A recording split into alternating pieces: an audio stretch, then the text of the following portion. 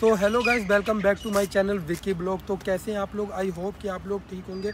तो गाइज आज मैं लेके आया हूँ R15M लेके आया हूँ। थोड़ी रैपिंग हो रखी है तो आप लोगों को नहीं पता चल रहा होगा। बाकी ये जो सिल्वर कलर वाली M आती है ना, वही M है। और इसका ऑनरशिप लेने वाला हूँ मैं इसके ऑनर से, जो हमारे हैं रेडी टू फ्लाई, बोले तो लकी भाई। तो लकी भाई क्या हाल चाल? तो विकी डॉन बहुत बढ़िया भाई। तो गाइस आज लेने वाले लकी भाई के साथ ऑनरशिप इनकी बाइक का। तो सबसे पहले ये पूछूंगा कि लकी भाई आपको इसको लिए कितना टाइम हुआ है? 1 साल से ज़्यादा हो गया। 1 साल? 1 साल 1 महीना। तो आपने मेरे ख्याल से जब नई आई थी जब ही लिया था आपने? हम तो तीनों नहीं, तीनों ने, हाँ ठीक है। 3 बाइक भाई ने 3 बाइक एक साथ ली थी। इन्होंने ली थी, साकिब भाई ने ली थी, अल्ताफ भाई ने ली थी। तो 2 सिल्वर ली थी, 1 ब्लैक ली गई थी। तो भाई आपने ये कितने की खरीदी थी उस टाइम से? शुरू में आई थी 2,10,000 रुपये की। और एक चीज़ मैं और एडमिट कर दूँ, हम ना मतलब 4-5 दिन पहले, दिवाली के समय हमने ली थी। दिवाली से 4-5 दिन पहले हम 6,000, सब हम तीनों बंदे 5-5 हज़ार रुपये दे के आए थे डाउन बुकिंग अमाउंट। मैं भी गया था हमें गाड़ी। और जब 5-6 दिन बाद गए लेने, तो उसने जब हमने 5,000 रुपये दिए थे ना, तब गाड़ी 2,05,000 रुपये की थी।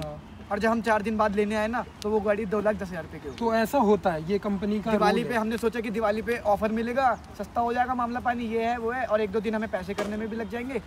पता चला तो वो 5,000 रुपये महंगे। बट तो ये ना भाई, जैसे कंपनी का ये रूल है कि आप बुकिंग अमाउंट जो दे दोगे, उसके बाद अगर रेट बढ़ता है तो आपको बढ़ के देना, अगर घटता है तो वो फिर 5,000। हमें लगा सोने वाला हिसाब किताब है, जैसे नहीं, ये सोनारो वाला हिसाब। अभी 50 चल रहा है तो फिर पैसे दे के रोक दो। बट ये बाइक का कहाँ मतलब ये तो भाई हमने कैश ली थी 2,10,000 रुपये की कैश ली थी। चलो भाई ये तो बात सही है। मैं एक चीज़ और बता दूं विकी भाई, मतलब मेरा ना कुछ प्लान नहीं था इस गाड़ी को लेने का। अच्छा। मेरे मन में बस ये था कि मेरे पे 2 लाख रुपए हैं। 2,10,000 भी नहीं थे मेरे पास। 10,000 भी मतलब शिद्दत से करे 2 लाख रुपए थे बस, कि 2 लाख रुपए में मुझे ऐसी बाइक लेनी है। क्योंकि मैं ना सारी नेकेड बाइकें चलाता हूँ। मेरा शुरू से ना नेकेड बाइक चलाने का मतलब, शुरू से ही मैंने नेकेड बाइक चलाई। ड्यूक 200 हो, FZ हो, पल्सर हो, या मतलब FZ हो, जितनी भी बाइकें थी मैंने नेकेड चलाई। तो मेरा मन था ना कि इस पोस्टर वाली मैं बाइक चलाऊँ, मतलब ये एग्रेसिव पोस्टर वाली, थोड़ी झुकी हुई। तो मेरे तो ना V3 का मेरे मन में आया।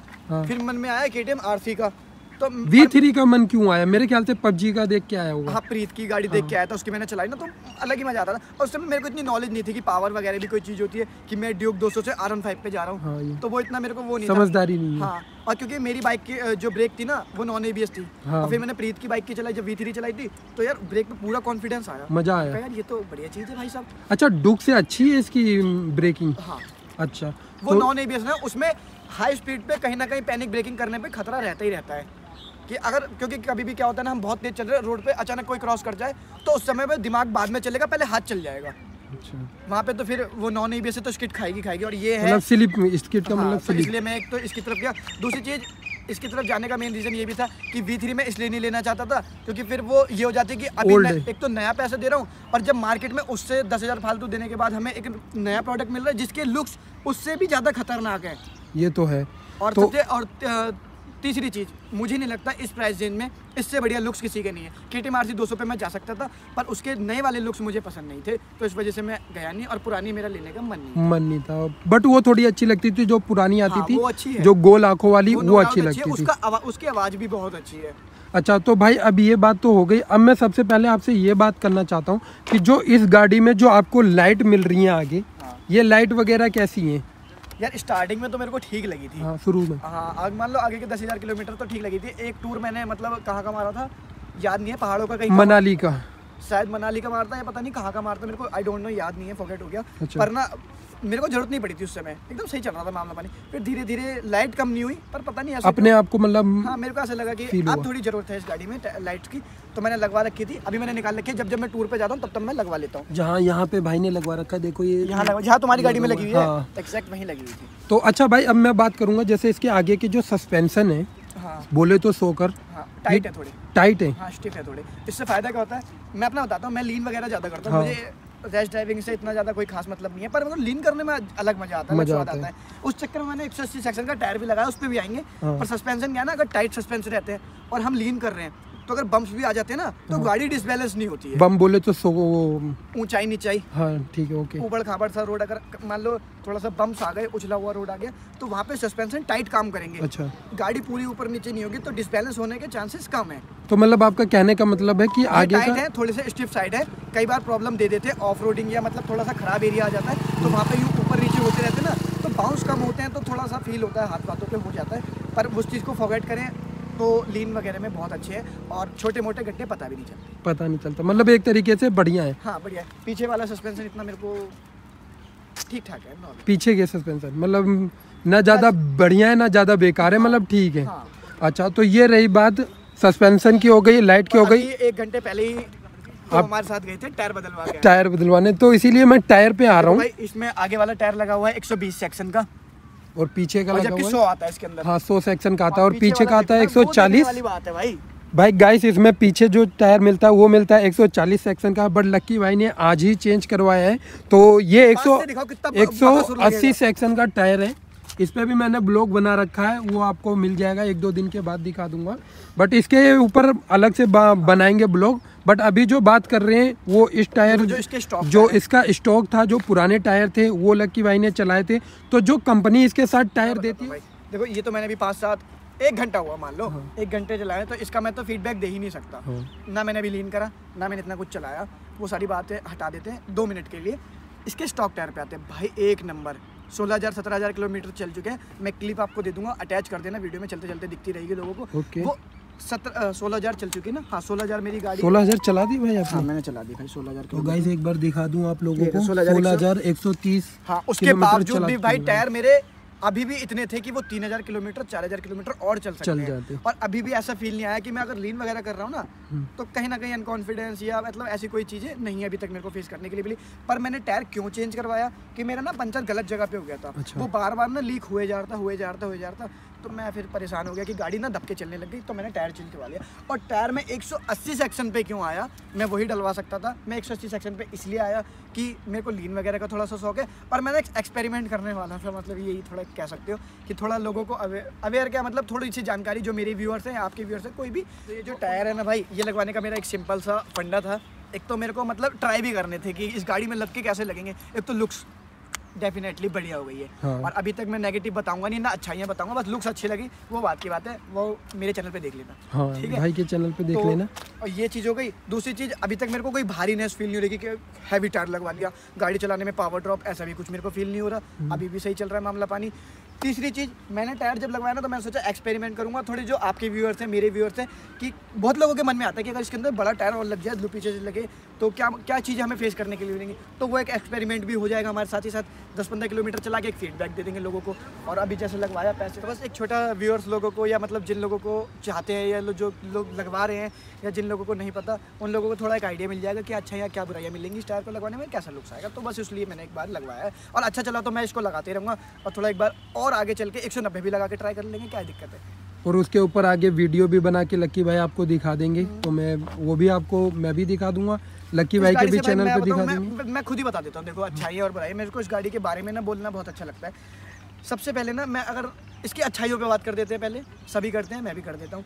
लुक्स डेफिनेटली मार्केट में क्लियर है, खा रही है हर किसी को, ठीक है। बाकी RS 200 है, RC 200 है, V3 है, वो उनके अपने अलग फैन बेस है। अब इसके भी एक अलग फैन बेस बने हैं, है ना। ये तो है। लोग अब इसके पर्टिकुलर इसके ही फैन बेस बन गए हैं, बहुत है भाई मार्केट में, बहुत आ गए, जिसमें से मैं भी एक हूँ। मैं भी, हाँ वो हो सकता है, ठीक है। तो वो किसी गाड़ी से कंपेयर नहीं करेंगे कि RC 200 या RS 200 वो बनी, ये अपने ही आप में मतलब एक वो बन चुकी है कि हाँ ये भी एक कॉम्पिटिटर है मार्केट में, तो वो एक लुक्स हो जाते हैं। दूसरी चीज़, जिस हिसाब से ये बल्कि दिखती है, ठीक है, कि मतलब हाँ अच्छी खासी हैवी है, दूर से चलती आती है तो ऐसा लगता है कि कितनी महंगी होगी या जो भी चीज़ें, हाँ एक्चुअल में महंगी है थोड़ी बहुत, पर माइलेज बहुत अच्छी है जिस हिसाब से ये हैवी दिखती है। और उसी हिसाब से ये लाइट भी बहुत है, बहुत हल्की है यार। इसको मनोवर करना यार, अगर सामने पीछे ढलान भी होगी ना तो भी मैं इसको पीछे कर लेता हूँ, जबकि मेरे पैर भी पूरे नहीं आते। गाइस एक बार पैर दिखा देते हैं भाई के, तो आगे के पंजे आ रही हैं, और तब भी ना भाई जहाँ बोलोगे आराम से आगे पीछे कर देती हैं, हाँ, आराम से, क्योंकि हल्की है, लाइट वेट है, बहुत लाइट वेट है, बहुत अच्छा फील होता है। अच्छा लकी भाई आप बोल रहे थे माइलेज क्या आती है इसकी? भाई माइलेज मेरे को अभी भी, ये गाड़ी मैं रेस्ट चलाऊं, चाहे जैसे मर्जी चलाऊं, चाहे संडे राइड करूं, चाहे लीन करूं, कुछ भी करूं भाई, जितनी मर्जी धीरे चलाऊं, जितने मर्जी तेज चलाऊं, मेरे को 40+ मिलता ही मिलता है। 40+ हमेशा हमेशा मिला है मुझे। अच्छा। नित्तू की गाड़ी में एग्जॉस्ट लगा, उसका भी 35+ आता है भाई। माइलेज के मामले में गाड़ी एक नंबर है। दूसरी चीज़ जो इस गाड़ी की अच्छी है, मुझे लगता है इस गाड़ी की हैंडलिंग बहुत अच्छी है, कि मतलब ट्रैफिक फिल्टर हो या मतलब कहीं से भी ओवरटेक करना हो ना, क्योंकि जिस हिसाब से बल्कि तो थोड़ा लोग सोचते हैं कि देख के निकालना पड़ेगा, कहीं लग जाए, पर अगर कटिंग बंदा वगैरह थोड़ा सही है ना। हाँ। बहुत इजी, बहुत हल्की है इसकी हैंडलिंग, वो एक चीज़ अच्छी लगती है। दूसरी चीज़ इसका भाई क्लच सिंगल, देखो एक फिंगर से, स्लीपर क्लच बहुत भाई बहुत लाइटर है यार, बहुत ज़्यादा लाइटर, मतलब पट देने की जरूरत लगती है, तुरंत चलता है मामला पानी, मज़ा आ जाता है इसके क्लच में। आज तक मेरे को कभी प्रॉब्लम नहीं हुई क्लच से रिलेटेड। एक चीज़ और क्लच की बात आई है तो साथ ही साथ नीचे आ जाती है इसकी गियरिंग पे, भाई बटरी स्मूथ यार। अगर देखो, हालांकि क्विक शिफ्टर है इसके अंदर, मैं क्विक शिफ्टर यूज़ करूँ या ना करूँ वो एक अलग बात है, पर अगर मैं क्लच के साथ भी इसके गियर डाल दूँ ना भाई, बहुत हल्के डलते, इतने माइनर, मतलब पता भी नहीं चलता कि हमने कब गियर डाल दिया। बहुत लाइट गियरिंग है और क्विक शिफ्टर तो है ही स्मूथ, वो एक अलग बात है। अब बुराई बता दूँ? बुराइयां बता दो। सबसे पहले भाई बुराइयाँ इसकी मेरे को ऐसा लगता है ना कि इसकी पीछे वाली ब्रेक स्टार्टिंग से ही बेकार है। इस मेरी गाड़ी की नहीं, मैं सब R15 की मोस्टली बता रहा हूँ कि पीछे की गाड़ी ना, मतलब पीछे की ब्रेक सॉरी, इतनी ज़्यादा कामयाब नहीं है जितनी आगे वाली है। अच्छा। ठीक है, तो उस पर तो कभी भरोसा करना ही मत। दूसरी चीज़, अगर इन बाई चांस, मैं नहीं चाहता किसी के साथ भी हो, कभी भी आपकी गाड़ी अगर गिर जाती है तो सारा इम्पैक्ट आता है हैंडल पे। इसका अगर हैंडल एक बार चला गया तो वो कभी रिप्लेस नहीं हो पाएगा, कभी वो पहले जैसा नहीं हो पाएगा जैसे आपको एक्चुअल में मिलता था। हमारी विक्की भाई, आपकी, मेरी, साकिब की, तीनों गाड़ियों का मतलब हैंडल में प्रॉब्लम आ गई है और हमने पूरा टी बार भी चेंज करवा लिया, उसके बावजूद भी पूरा पुराना जैसा हैंडल नहीं मिला, वो मज़ा नहीं आता। और ये यामाहा के, मतलब मैंने आज तक, मैंने या साकिब ने, किसी ने भी बाहर से काम कराया नहीं, हमेशा यामाहा से करवाया, उसके बावजूद भी वो मतलब नहीं हो पाता है। कहीं ना ऐसा लगता है कि आगे पीछे है, ऊपर नीचे है, ये पहले आ रहा है, मतलब कहीं ना कहीं थोड़ा सा रहता है रिग्रेट, वो एक चीज़ है।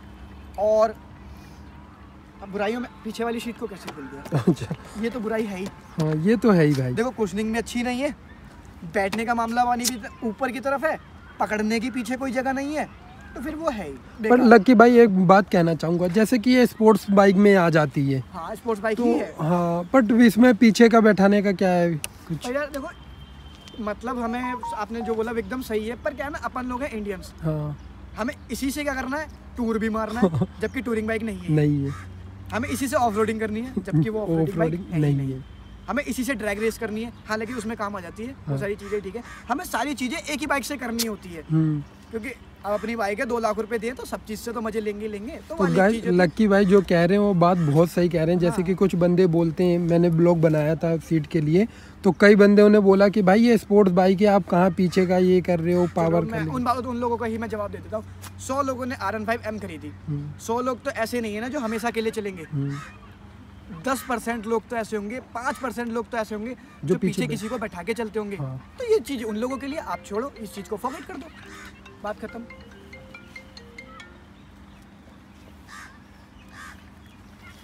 अब तो ये चीज़ हो गई।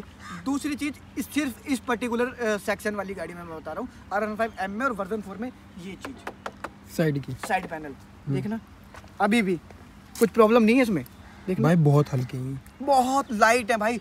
मेरी गाड़ी, तुम्हारी गाड़ी, किसकी भी गाड़ी गिरी है, सबसे पहले यही जाते हैं। पता नहीं क्यों, इसको थोड़ा सा वो अच्छा कर देते। बाकी ऑल ओवर पूरी गाड़ी की बिल्ड क्वालिटी बहुत अच्छी है, उस चीज़ में कोई दो राय नहीं है। ये मेरे को बस बहुत बुरा लगता है बस। अब 2-4 दिन से पता नहीं क्या आ रही है मेरे साथ प्रॉब्लम, इन सर्दियों में आ गई है कि आगे वाली ब्रेक ना दबाने में बहुत टाइट हो गई है। अच्छा, पता नहीं क्यों, क्या हो रहा है इसमें, ऐसा बाइट पूरी मिल रही है पर दबाने में बहुत ज़्यादा टाइट हो गई, थोड़ा आगे तक आ ही नहीं पा रही। पता नहीं क्या चीज़ है, क्या प्रॉब्लम हो सकती है, वो एक चीज़ है। और कहीं कहीं पे ना मेरी गाड़ी में रस्टिंग प्रॉब्लम भी आ रही है, बहुत लोगों के साथ आ रही है, जंग की प्रॉब्लम। हाँ भाई, मैंने ये सुना है कि R15 में जंग वगैरह बहुत से दिखाओ भाई, देखो नीचे, देखो इधर नीचे से दिखा दो, नीचे देखो बहुत जंग आ रहा है। इधर से शायद उतना ना दिखे, बट जंग आ रहा है, बहुत जंग आ रहा है, पता नहीं क्यों आ रहा है, ये चीज़ है बस। और तो मेरा इतना कोई और हाँ यार, मैं इतना ज़्यादा कोई खास खर्चा कराती नहीं है, पर मेरी गाड़ी ने पता नहीं क्यों करा दिया, तुम्हारी गाड़ी ने भी ऑलमोस्ट कराई दिया। इसके ना यार बार बार डिस्पैड भी, मेरे तो गाड़ी के नहीं हुए, खैर आपकी गाड़ी के हुए, कि इसके ना डिस्पैड एक तो महंगे इतने हैं, ऊपर से वाले बाइट नहीं दे पा रहे और इतनी जल्दी ख़त्म हो जाते हैं, पता नहीं क्यों यार। ना हम पैर रख के चलाते हैं इसके ऊपर ब्रेक के, फिर भी पता नहीं क्यों इतनी जल्दी इसके डिस्पैड ख़त्म हो जाते हैं, वो एक मेरे को थोड़ा सा बुरा पॉइंट लगता है। ये तो है, बाकी तो फिर गाड़ी तो ऑल ओवर अच्छी है। और अगर मैं बात करूँ किस चीज़ की, तो भाई अगर पावर की बात करें यहाँ पे, तो पावर कैसी है गाड़ी की? सब लोगों को पता है यार कि 150 सीसी की गाड़ी होके 155 सीसी की गाड़ी है और इसका टॉप एंड भी 155 है। बताओ, कोई है ऐसी गाड़ी? नहीं। कोई सी नहीं है भाई। एक यही गाड़ी है, V3 भी है, वो ज़्यादा भी चली जाती है, BS3 वाली, BS4 वाली। अच्छा, वो ज़्यादा चली जाती है 155 से? 159, 160 चली जाती है, मीटर एरर है, पर हाँ वो चली जाती है कई बार, मैंने बहुत सारी वीडियो में देखा है। प्रीत की गाड़ी भी एक बार गई थी। दूसरी चीज़, इस गाड़ी में क्या पूछा था आपने, मैं भूल गया। मैं ये पूछा था कि इसकी जो वो है पावर है, हाँ, पावर वो क्या वो चीज़ हो गई।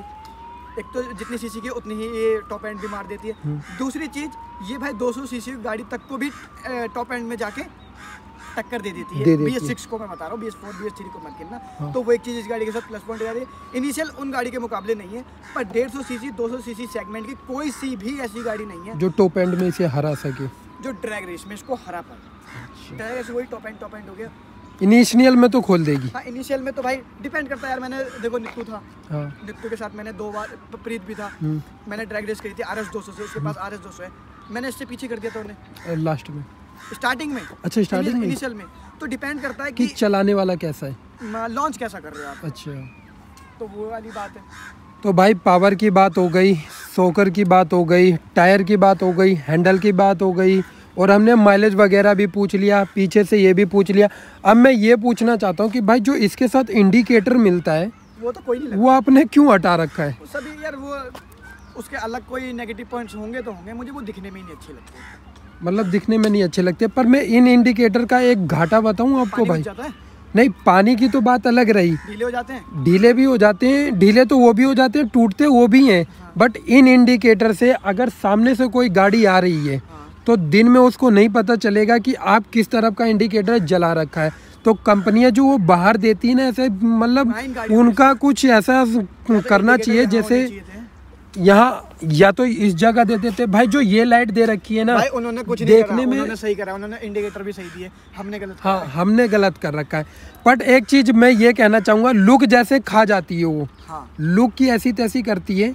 बट अगर वो चाहते तो मिरर में दे सकते हैं, भले ही थोड़ा पैसा ले लें। ZX10R वगैरह में लोग मॉडिफाई 2,40,000 रुपए पहुंच रही है, और तो भाई देखो जो 2,40,000 दे रहा है बंदा, 10-5 हज़ार और दे देगा, लोग बाहर से मिरर लगवा रहे हैं। वो 2,40,000 रुपए दे भी तो कैसे रहे हैं। हाँ। कुछ लोग तो मान लो ऐसे करके किसी से कर्जा लेके भी दे रहे होंगे, किसी से कैसे पैसे लेके दे रहे होंगे। तो वो 2,30,000 रुपए करना भी एक बहुत बड़ी बात है। फिर उसके ऊपर 10,000 रुपए और डाल दो तो वो भी फिर और ज़्यादा तो दिक्कत हो जाती है। तो नहीं दे तो बढ़िया है, ठीक है, जो चल रहा है। आगे वाले वो इनका पता, इनका ये हो सकता है कि अगले वाली जो सीरीज निकलेगी उसमें दे दे RN5 वर्जन 5, तो उसमें क्या पता नई टेक्नोलॉजी आ जाए। अच्छा भाई, मैं ये भी पूछना चाहूँगा कि अगर वर्जन 5 आएगी इसमें तो आप लोगे?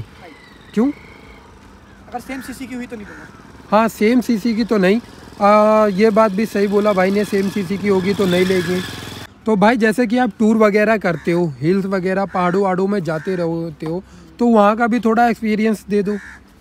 देखो यार, लोग बोलते हैं कि आप इससे मतलब लोग बोलते हैं कि आप इससे क्या नाम है, टूर वगैरह नहीं कर सकते, हाथ में पिन हो जाएगा, आपके रिस्ट में पिन हो जाएगा। ये सब मेरे तो नहीं हुआ। मेरे भी नहीं होता। मेरे नहीं हुआ, आराम से मैंने मस्ती में चलाई।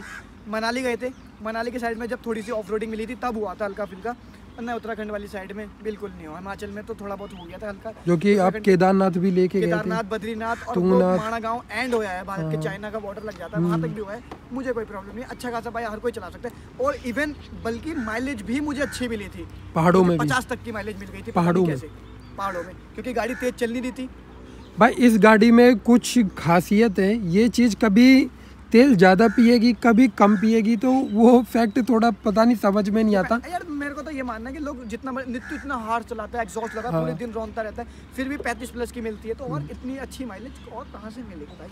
तो गाइज आज का ब्लॉग यही था, तो इसी के साथ करते हैं ब्लॉग का एंड। आई होप कि आप लोगों को ब्लॉग पसंद आया हो, और अगर पसंद आया हो तो लाइक शेयर सब्सक्राइब जरूर करें और अपना प्यार बनाए रखें।